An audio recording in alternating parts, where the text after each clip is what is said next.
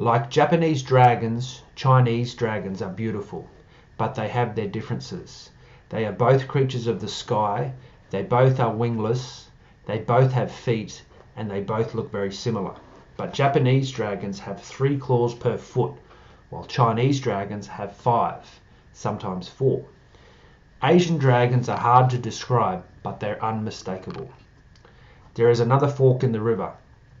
Could the story chase... This is a fork. Could the story chase Asian dragons or something else? The study of Asian dragons and their origins is not quite the bigger option today, just a contribution along the way.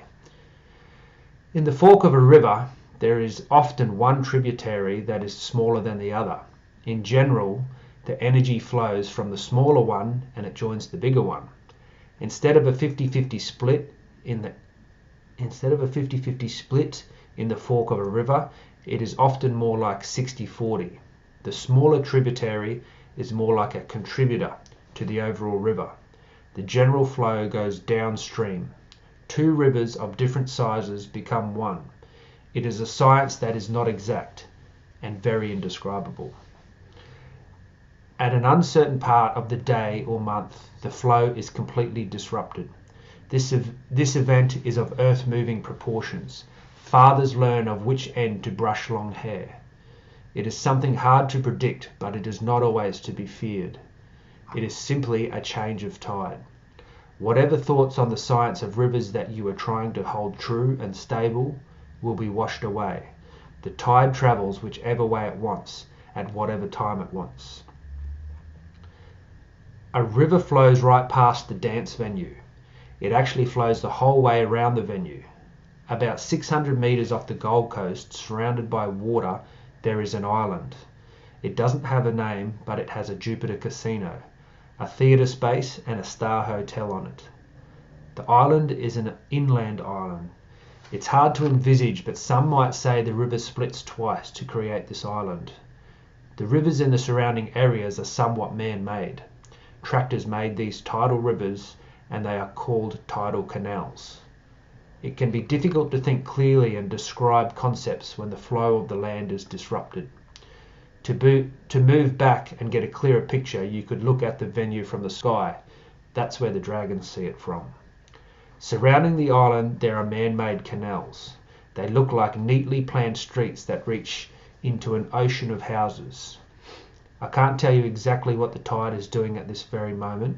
It's hard to describe when you're not from there. But when you're there, it's unmistakable.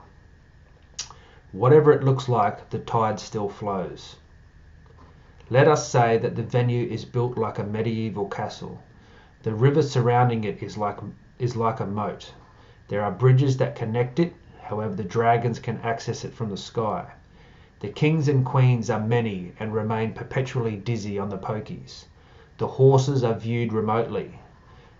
The moat is full of cruising bull sharks. Their thick heads drone from side to side through the shallow waters. All dragons are creatures of the sky.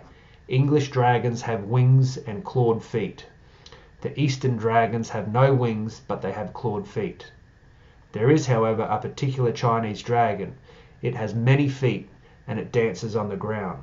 The Chinese street dragons, with their wild colours, are a sight to behold. There is another dragon that has no wings, no feet at all, but it is still able to move. The land dragon is called a snake. Its body is constantly in a flow state, of which is a result of its previous decisions. It has a forked tongue that has the wisdom of a river. The polar tongue tells the head what to do. The body follows. Snakes are interesting. As is with most polar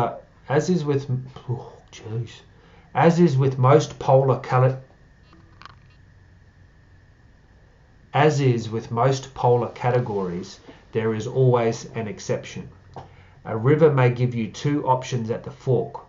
However, a 3rd, 4th and 5th decision can easily be made. Simply go up or down the catchment to get more and more forks. Forks of cutlery. Forks of the cutlery category are an exception. They generally give 4 options in one. If you think of a fork, that's what they look like. Forks don't like this, unless you're doing the forks. I only wrote that bit today. I might take it out. The exception in this case is that there is a snake that not only moves on the ground, but it can also move in the sky. It has no wings, no feet, and a forked tongue. Some say it has feathers, and I believe them. When I saw it, it had a lines made of glass and metal feathers that extended most of the way down its body. Right just now, I see glass and metal as mirrors. The colours are bright because the place and people around it shine brightly. The indigenous rainbow serpent. It has all the colours of light and can travel through sky, earth, space, water and time. It creates as it goes on its dance. There is a dragon lady that attends the performance. She was unaware of the dance ceremony, but her strong high heels helped her hear anyway. They clap like weathered tap shoes, emphasizing the words of her story. Patters and clunks punctuate her sentences. Her foot thuds hard in her shoe, and it's felt in the ground below. Some say these lands were mangrove wetlands many, many years ago. As we wait in the snaking line for coffee, she tells me of her years of tap. Her feet patter the ground to the words of her dance. Her sister and brother-in-law are joining her for breakfast. She doesn't say it, but I can see the gap in the line where her husband stands. She tells me of the difference between American and English tap. Many years ago, she was a national champion tap dancer in New Zealand. Sniff. American tap is more flamboyant than English tap, she tells me. We consider that it might be unfair when considering dance as a competition to pit American against English. Either way, it worked in her favour. We speak of race cars and people we've forgotten. On this fine morning, she is not buying coffee like the rest of the dance parents. She hadn't stayed in the accommodation available on the island either. She has descended on this island with the idea of buying breakfast with her sister, brother-in-law and husband. What a beautiful dragon to have met. One of my daughters observes all of this from high up on my shoulders. With my mangrove coffee in hand, I walk the head of the dragon into the dance cave. We watch my other beautiful daughter dance magnificent creation. Thanks for the spirits that brought this dance to be. So, yeah, I didn't think all of that as I sat there in the dance hall, but I did meet a lady. I'll probably never meet her again, but she had a good old conversation to me in the dance line, and she really was tapping her feet. She didn't, a little girl sometimes they're like talking to you and they're like, they've learnt like 4 moves and they can't stop doing them. She was sort of doing that, but not over the top. But I didn't notice she was doing it until she just clunked her foot on the ground. She was like, yeah, so she was defensive as well. She's like this, and she's like, yeah, so, and she's sort of defending herself to me a bit. Like, when you're at a place and like that you know what's going on, and she probably saw me as like a outside person. She was like trying to prove herself a little bit, and then she went, yeah, so what dance is on here, blah blah, and, oh, I know about dancing. And then she just went kaboom and smacked her foot on the ground like with her big high heel, and I was like, rightio. I believe you're a tap dancer. Well, I guessed that she was a tap dancer before she told me. And then and then we had like a good conversation. One of my daughters was on my head, which oh yeah, and it was just a really interesting conversation.